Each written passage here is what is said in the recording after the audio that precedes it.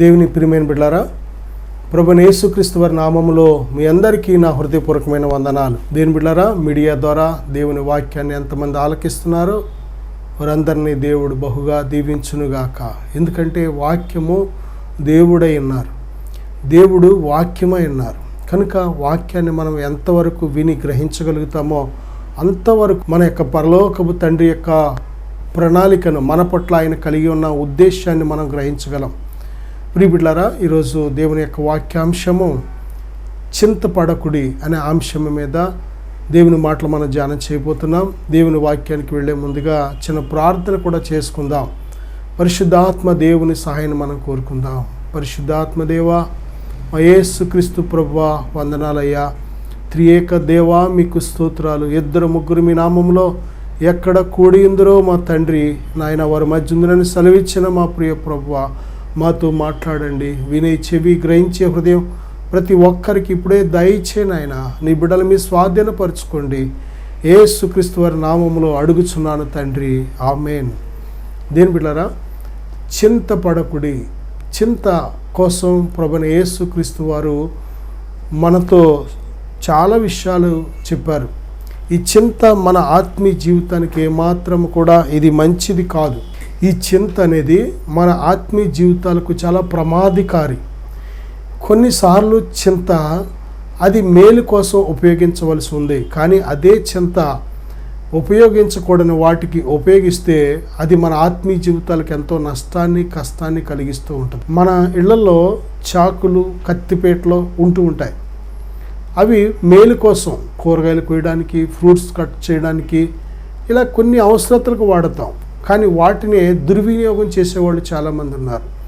అదే చిన్న వస్తువు అయినా సరే అది చాలా పెద్ద పెద్ద ప్రమాదాలకు దారితీస్తూ ఉంటుంది. దేని బిడ్డలారా, కొన్నిసార్లు ఈ చింత అనేది కూడా చాలా ప్రమాదకారి. ఈ యొక్క చింతను ఏ విషయంలో కలిగి ఉండాలి, ఏ విషయంలో కలిగి ఉండకూడదు, చింతలు ఏ విషయంలో కలిగి ఉంటే మనకు ప్రమాదం అనేది కూడా మనం ఆలోచన చేయబోతున్నాం. ప్రియబిడ్డలారా, బైబిల్ గ్రంథంలో మనం చూసినట్లయితే మత్తయి సువార్త 6వ అధ్యాయం 25వ వచనంలో, ఏమి తిందుమో ఏమి త్రాగుదుమో అని మీ ప్రాణమును గూర్చి అయినను, ఏమి ధరించుకుందుము అని మీ దేహమును గూర్చి అయినను చింతపడకుడి అని బైబిల్ చెప్తుంది. చూడండి, ఎక్కువ శాతం ప్రజలలో, పేదలైన వారిలో, దరిద్రులైన వారిలో, లేమి కలిగిన జీవితాల్లో ఎక్కువ శాతం వారి హృదయాల్లో ఏలుబడి చేసేది చింత. ఏమి తిందుమో, ఏమి త్రాగుదుమో, ఏమి ధరించుకుందుమో.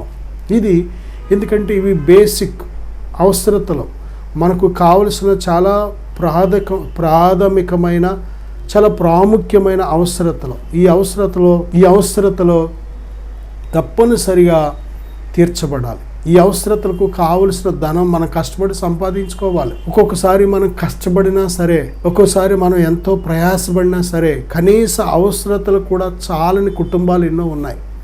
ఎందుకంటే కుటుంబం పెద్దది, ఇంట్లో తినేవారు ఎక్కువ, సంపాదించేవారు తక్కువ. ఆ సంపాదన కూడా చాలా తక్కువగా ఉంటున్నప్పుడు ఈ చింత అనేది ఎక్కువగా ఉంటుంది. చాలామంది జనం ఎక్కువైనా, సంపాదించేది ఎక్కువైనా అప్పులు ఎక్కువగా ఉంటాయి.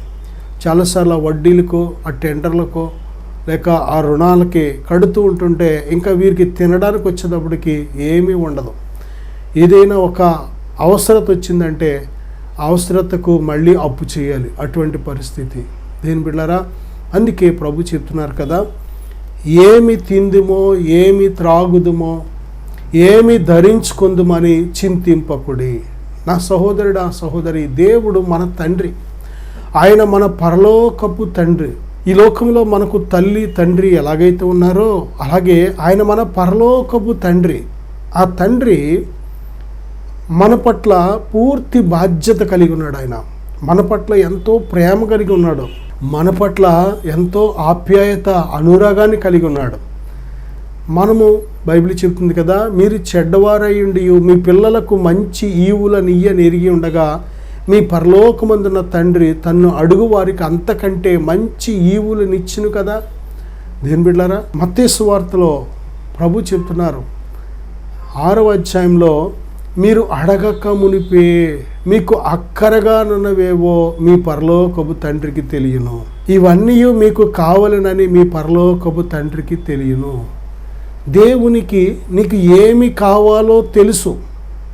దేని బిడ్డలారా, మనము ఈరోజు వరకు సజీలుగా ఉన్నామంటే, భోంచేసామంటే, వస్త్రాలు ధరించుకున్నామంటే, ఈరోజు వరకు ఆరోగ్యంగా ఉన్నాం, ఆయుష్తో ఉన్నామంటే ఇదంతా దేవుడు దయచేసింది. దేవుని సెలవు లేకుండా మనం భోజనం చేసి సంతోషించడం సాధ్యం కాదు.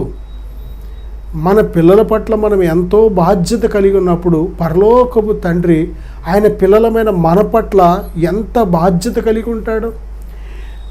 దేని బిడ్డ, నీవు నీ పిల్లల పట్ల ఎంతో నమ్మకమైన తల్లిగా తండ్రిగా ఉంటున్నప్పుడు ఆ పరలోకపు తండ్రి నీ పట్ల ఎంత నమ్మకమైన తండ్రిగా ఉంటాడు.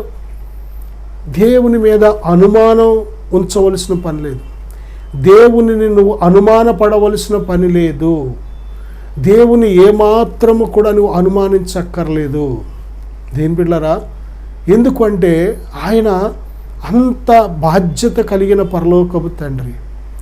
ఆయనకు నీకు ఏమి కావాలో తెలుసు. నీకు భోజనం కావాలి, దేవునికి తెలుసు. కావలసిన నీరు కావాలి, దేవునికి తెలుసు.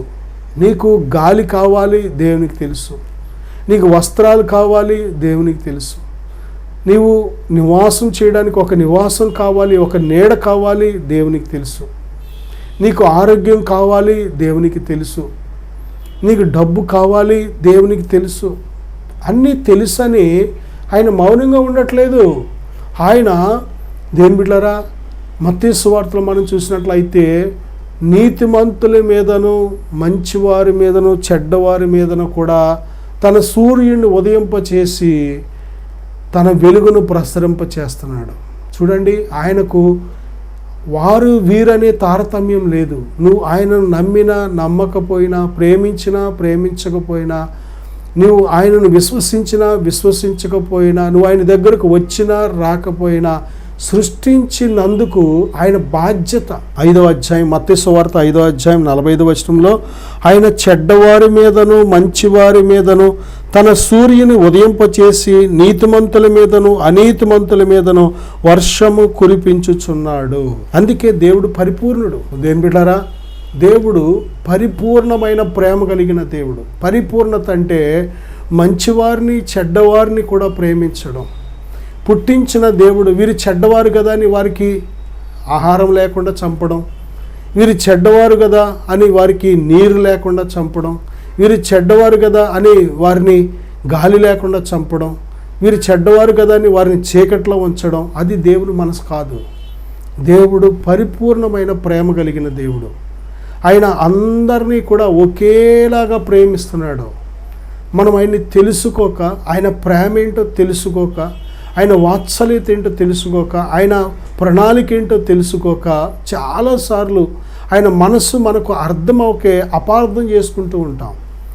ఆయన చూడండి, చెడ్డవారి పట్లే అంత బాధ్యత కలిగినప్పుడు దేని బిడ్డ, ఆయనను ఎరుగని వారి పట్ల, ఆయనను దూషించే వారి పట్ల, ఆయనకు అవమానకరంగా బ్రతికే వారి పట్ల, ఆయన నాకు తెలీదు నాకు వద్దు అన్నవారి పట్ల అలాగుంటున్నప్పుడు ఆయనకి ఇష్టంగా బ్రతికితే, ఆయన యందు భయభక్తులు కలిగి బ్రతికితే, ఆయన రాజ్యాన్ని నీతిని వెతికేవారుగా నువ్వు ఉంటే తప్పనిసరిగా దేవుడు నీకు దయచేయడా.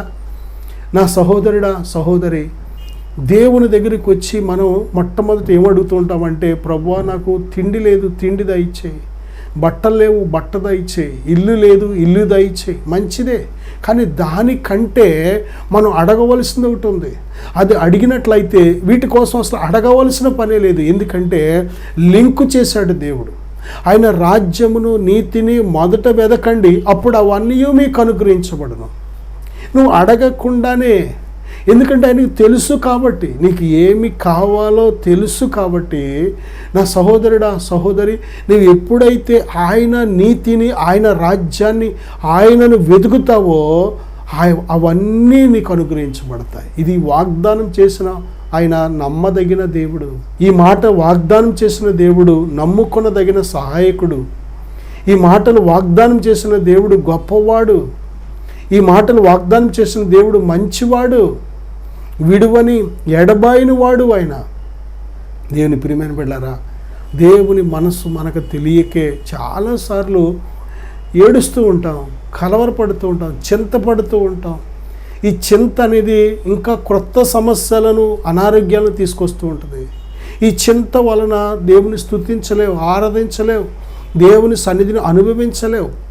ఈ చింత వలన నవ్వలేవు. ఈ చింత వలన ఎవరితో ప్రేమగా మనస్ఫూర్తిగా మాట్లాడలేవు. ఈ యొక్క చింత వలన దేవునితో సహవాసం కూడా చేయలేవు. దేవుడు సహాయకుడు, ఆయన నీకు ఉన్నాడు. సహాయకుడైన దేవుడు నీకు తోడుగా ఉన్నాడు. తన దక్షిణ హస్తముతో నీ వైపు తన చేయి చాపి నిన్ను ఆదుకునే దేవుడు, నిన్ను ఎత్తుకునే దేవుడు, నిన్ను హత్తుకునే దేవుడు ఉన్నాడో మర్చిపోవద్దు. నా సహోదరుడా, సహోదరి, ఏమి తిందుమో, ఏమి త్రాగుదుమో, ఏమి ధరించుకుందుమో, మన పిల్లలకు వాళ్ళు చెడ్డవారు అవుతారో మంచివారు అవుతారో మనకు తెలియదు, కానీ వాళ్ళు ఎటువంటి వారైనా మనకు అనవసరం అని మన బిడ్డలు అని మన బిడ్డలకు బట్టలు కొంటాం. మన బిడ్డలకు ఎంతో పరిచర్య చేస్తూ ఉంటాం తల్లిగా తండ్రిగా. వాళ్ళు పెద్ద అయిన తర్వాత చూస్తారో చూడరో మనకు తెలీదు. పెద్ద అయిన తర్వాత వాళ్ళు అసలు ఎలాగ ఉంటారనేది వారి భవిష్యత్తు మనకు తెలీదు. అవన్నీ మనకు అనవసరం. తల్లిగా తండ్రిగా కన్నందుకు ఏం చేస్తామంటే మన బిడ్డలను మనం సంరక్షిస్తూ ఉంటాం. నేను తల్లి గర్భంలో నిర్మించిన పరలోకపు తండ్రి సంరక్షకుడు. దేవుని బిడ్డ, దేవుని యొక్క దయను, దేవుని ప్రేమను నువ్వు అనుమానించవలసిన పని లేదు.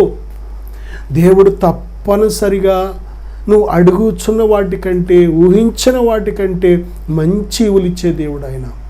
అందుకే బైబిల్ చెప్తుంది, తన్ను ప్రేమించు వారి నిమిత్తము ఆయన దాచి ఉంచిన మేలు ఎంతో గొప్పది. యెహోవా యందు భయభక్తులు గల వారికి ఏ మేలు కొదువై ఉండదో. దేని బిడ్డారా, ఆయనను ప్రేమించు వారికి సమస్తము సమకూడి జరుగుతున్నాయి. ఎందుకు కలవరపడుతున్నావు? ఎందుకు చింతపడుతున్నావు? నా సహోదరుడా, చూడండి, మత్తయి సువార్త 6:34 రేపటిని గూర్చి చింతపడకుడి. రేపటిని గూర్చి చాలామంది యవ్వన బిడ్డలు కానీ మనం చూసినట్లయితే వారు ఎప్పుడూ కూడా భవిష్యత్తును గూర్చి చింతతో ఉంటారు. నాకు ఎటువంటి ఉద్యోగం వస్తుందో, నేను ఎక్కడ సెటిల్ అవుతానో, ఎటువంటి భార్య వస్తుందో, ఎటువంటి భర్త వస్తాడో, అసలు నా లైఫ్ ఎలాగుంటుందో ఏంటో అని ఎప్పుడు కూడా భవిష్యత్తును గూర్చిన చింత చింత చింత. దేని బిడ్డలారా, చాలామంది విశ్వాసులని చెప్పుకునేవారు సైతము చింతకు బలైపోతున్నారు. ఈ చింత అనేది హృదయంలో ఒక గుణం. ఇది చాలా నష్టాన్ని కలుగు చేస్తూ ఉంటుంది. నీ భక్తిని ధ్వంసం చేస్తూ ఉంటుంది. చాలా జాగ్రత్త. దేవుని మీద నీకు అనుమానాన్ని తీసుకొస్తూ ఉంటుంది ఈ చింత. చాలా జాగ్రత్త. శత్రువైన సాతాను నీ జీవితంలోకి రావడానికి ద్వారం తెరిచేస్తుంది ఈ చింత. జాగ్రత్త. దేవునిని అపార్థం చేసుకునేలాగా చేసేస్తుంది ఈ చింత. జాగ్రత్త. భక్తిని విడిచిపెట్టే, ఇంకెందుకు దేవుడు, ఇంకా భక్తి వద్దు, దేవుడు వద్దు, ఏం వద్దు, మన ఇష్టానుసారంగా బ్రతుకుదాం అనే నిర్ణయానికి తీసుకొచ్చేస్తుంది ఈ చింత. జాగ్రత్త. తొందరపాటు నిర్ణయాలకు దారి తీసేస్తుంది ఈ చింత. జాగ్రత్త. చాలామంది తప్పుడు నిర్ణయాలు తీసుకునేలాగా ప్రేరేపిస్తూ ఉంటుంది ఈ చింత అనేది. జాగ్రత్త. పాపంలో పడవేయడానికి కారణమవుతుంది ఈ చింత. జాగ్రత్త. దేవునితో సహవాసాన్ని కోల్పోయేలాగా చేస్తుంది ఈ చింత. జాగ్రత్త. దేని బిడ్డలారా, రేపటిని గురించి చింతించద్దు. మత్తయి సువార్త 6:34 రేపు ఏమి సంభవించునో మనకు తెలియదు. మన జీవం ఏ పాటిది, మనం కొంతసేపు కనబడే అంతలో మాయమైపోతాం. ఈ భూమి మీద మన ఆయుష్ 70 సంవత్సరాలు, అధిక బలం ఉంటే ఒక 80 సంవత్సరాలు. దేని బిడ్డ, బైబిల్ దేవుడు తప్పనిసరిగా మానవుని ఆయుష్ కోసం ఒక సంకేతాన్ని పంపించాడు. దేవుడు ఆది కాండంలో మొట్టమొదటి మన పితరులైన ఆదాము, అవ్వ, ఆ యొక్క దేని బిడ్డలారా, ఆ పితరులు కానీ మనం చూసినట్లయితే నోవహు బ్రతికిన కాలం కానీ, మెతూషెల బ్రతికిన కాలం కానీ 900, 1000 మధ్యలో బ్రతికారు వాళ్ళు. 930 సంవత్సరాలు. చూడండి ఎంత గొప్ప ఆయుష్ అది.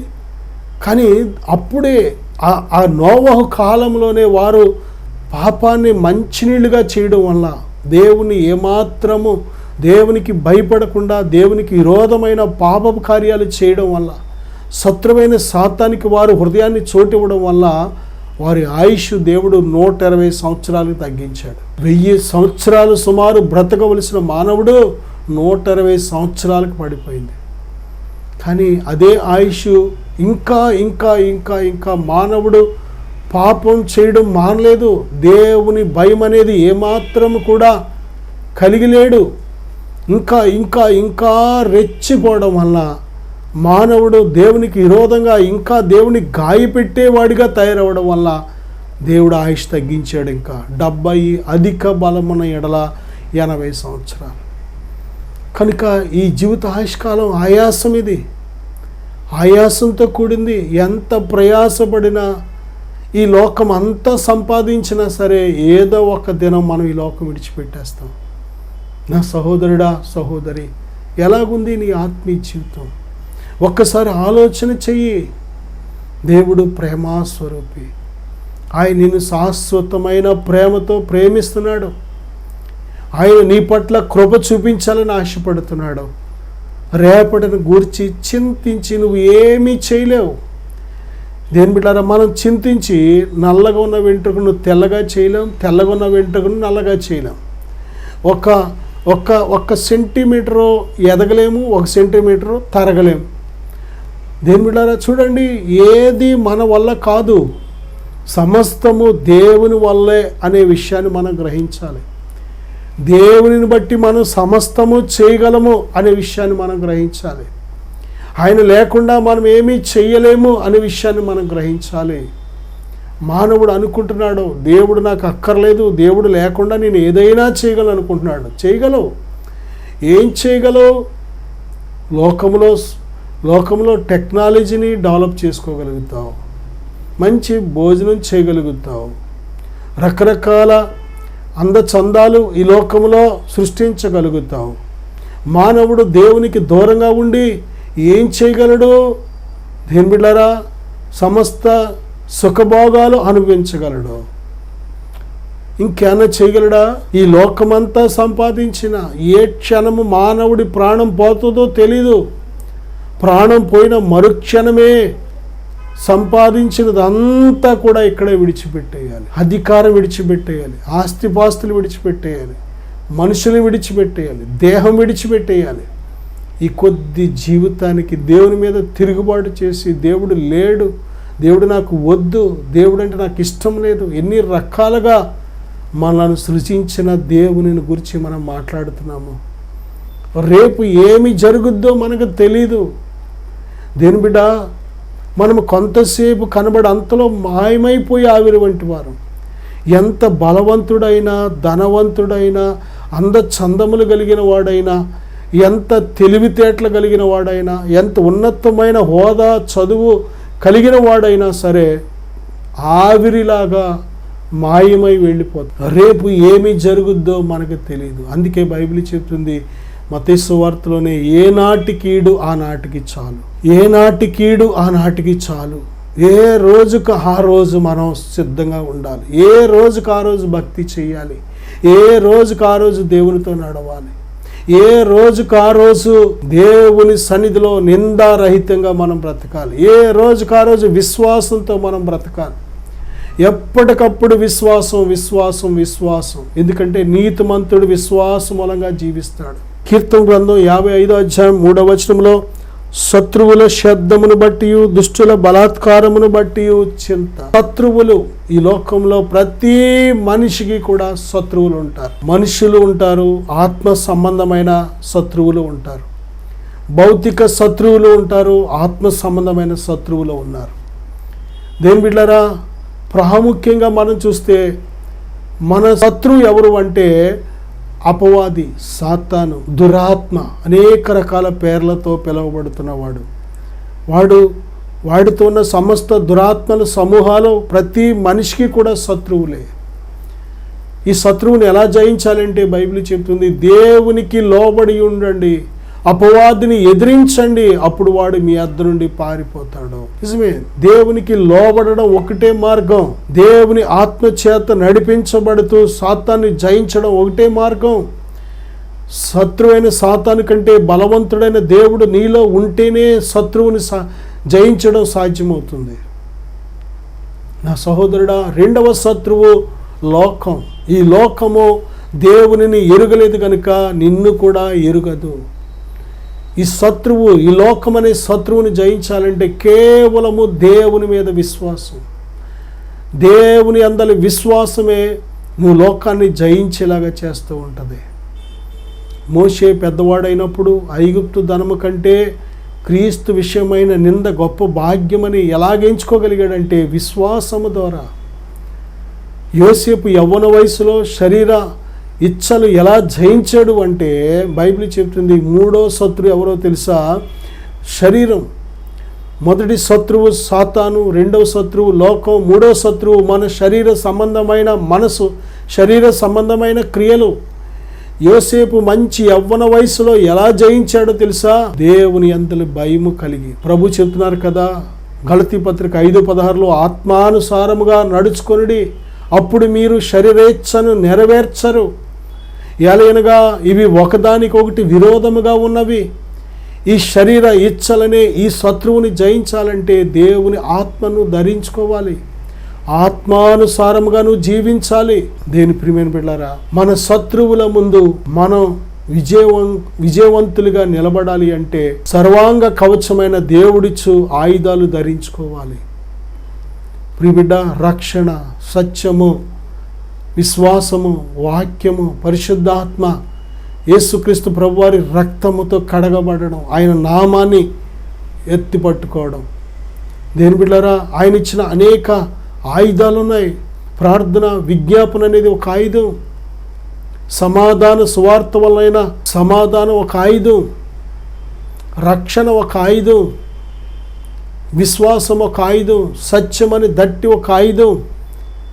ప్రియబిడ్డలారా, ఈ సర్వాంగాన్ని ఎప్పుడైతే నువ్వు ధరించుకుంటావో శత్రువు ఎప్పుడు వచ్చినా సరే, ఏ పరిస్థితిలో నీ మీదకి వచ్చినా సరే నువ్వు జయించగలుగుతావు. శత్రువులను గుర్చిన భయం, శత్రువులు చంపేస్తారేమో, దోచుకెళ్ళిపోతారేమో, పాడు చేస్తారేమో, ఎన్ని రకాలుగా శత్రువును గుర్చిన భయం. భయపడవలసిన పని లేదు. నిన్ను కాపాడువాడు కునుకడు, నిద్రించడు. మార్క్స్ వార్త 4:36-41 వరకు చూస్తే, పెద్ద తుఫాను రేగి ఆయన ఉన్న దోణి మీద అలలు కొట్టినందున దోణి నిండిపోయింది. శిష్యులు చింతతో ఉన్నారు, చింతపడుతున్నారు, చింతతో నిండిపోయారు. ఆ దోణిలోనే ప్రభుని యేసుక్రీస్తు వారు ఉన్నారు. ప్రభుని యేసుక్రీస్తు వారి ఆయన శక్తి ఏంటో, ఆయన ప్రభావం ఏంటో, ఆయన అధికారం ఏంటో వీరికి తెలియలేదు. చింతపడుతున్నారు. ప్రభువా, నీకు చింత లేదా? మునిగిపోయేలాగుంది బోటు, మునిగిపోయి చనిపోయేలాగున్నాం మేము, అలల చేత తుఫాను చేత కొట్టబడుతున్నావు, నీకు చింత లేదా? దేని బిడ్డ, మన బిడ్డలు ఏడుస్తూ ఉంటే మనం ఎంత బాధపడతాం. కూతురు ఏడుస్తుంటే చాలాసార్లు తల్లి కూడా ఏడుస్తూ ఉంటుంది. కొడుకు ఏడుస్తుంటే చాలాసార్లు తల్లిదండ్రులు కూడా ఏడుస్తూ ఉంటారు. ఎందుకంటే ప్రేమ. ఆ తల్లి తండ్రి బిడ్డలు ఏడిస్తే చూడలేరు. పరలోకపు తండ్రి అంతకంటే ప్రేమ కలిగిన వాడు, ఆయన అస్సలు చూడలేడు. ఎందుకు చింతిస్తున్నావు? ఎందుకు చింతపడుతున్నారు మీరు? ఎందుకు భయపడుతున్నారు అల్ప విశ్వాసులారా? ఆయన ఎటువంటి వాడో తెలియట్లేదు. నీ ప్రయాణం అంతా కూడా నీకు తోడుండి నడిపించే దేవుడు. నీ జీవిత ప్రయాణం కడ వరకు కూడా విడువని ఎడబాయని దేవుడు. నా సహోదరుడా, సహోదరి, అవతల గట్టుకు వెళ్ళే వరకు కూడా విడిచిపెట్టడు నిన్ను. నడి సముద్రంలో విడిచిపెట్టడు, అప్పుల ఊబిలో విడిచిపెట్టడు, నిందల తుఫానులో విడిచిపెట్టడు, ఆకలి దప్పులకి విడిచిపెట్టడు, శత్రువుకు నిన్ను విడిచిపెట్టడు. నీ దోణి అంటే నీ జీవితంలోకి వచ్చిన ప్రభుని యేసుక్రీస్తు వారు. ఆయన మనలను ఎప్పటి వరకు అంటే చివరి రోజు వరకు కూడా విడిచిపెట్టనని వాగ్దానం చేశాడు. ఇదిగో యుగ సమాప్తి వరకు నేను మీతో కూడా ఉన్నాను. ఎంత గొప్ప ప్రేమ! దేవుడు తోడుగా ఉండగా, ఇమ్మానుయేల్ అంటే దేవుడు మనకు తోడు, ఆయన తోడుగా ఉండగా ఎందుకు చింతపడుతున్నావు? దేని బిడ్డలారా, చాలాసార్లు లూకాసు వార్త 10:40 మనం చూస్తే మార్త విస్తారమైన పని పెట్టుకొని చింతతో నిండిపోయింది. ప్రభువా, నీకు చింత లేదా? నా సహోదరు నన్ను విడిచిపెట్టినందున వ్యర్థమైన వాటి కోసం తర్వాత అయినా చేసుకోవచ్చు పని. ప్రభు సన్నిధి ఎంత విలువైనదో, ఎంత ప్రాముఖ్యమైనదో గ్రహిస్తే నువ్వు చింతపడవు. ఎంత గొప్ప పైన అయినా సరే పక్కన పెట్టేసి, ప్రభువా ముందు నీ పాదాల చెంత నేను గడపాలి, నీ మాట నేను వినాలి, నిన్ను నేను స్తుతించాలి, నువ్వు నాకు కావాలి ప్రభువా అని సంతోషంగా ఆయన పాదాల చెంత కూర్చుంటావు. కానీ విస్తారమైన పని పెట్టుకోవడం వల్ల మనం బ్రతికినంతకాలం పని ఉంటుంది, మనం చచ్చిపోయినా పని ఉంటుంది, కానీ మనం ఉండం. మనం చనిపోయినా ఈ లోకంలో పని ఎప్పుడు ఉంటుంది, కానీ మనం ఉండం. మనం ఉన్నప్పుడే పనిని పక్కన పెట్టి మనకు ఉత్తమమైన అవసరమైనది ఏంటి? ఒక్కటే, మనను బ్రతికించే ప్రభు, మనల్ని రక్షించే ప్రభు, మనల్ని లేవనెత్తే ప్రభు, మనల్ని ఉద్ధరించే ప్రభు. ఆయన పాదాల చెంత మనం కొద్ది సమయం ప్రతిరోజు కూడా గడపాలి. ఇవాళ ఖాళీ లేదండి, అలాగే వెళ్ళాను, ఇవాళ కుదరలేదండి ప్రార్థన చేసుకోవడం, అస్సలు ఆ మాట రానివ్వకూడదు. ప్రభుతో నువ్వు ఏకాంతంగా కొద్ది క్షణాలు గడపాలి. నా సహోదరుడా, ఎందుకు చింతపడుతున్నావు? కొరింథీయులకు రాసిన మొదటి పత్రిక 7:32 మీరు చింతలేని వారే ఉండవలనని కోరుతున్నాను అంటున్నాడు.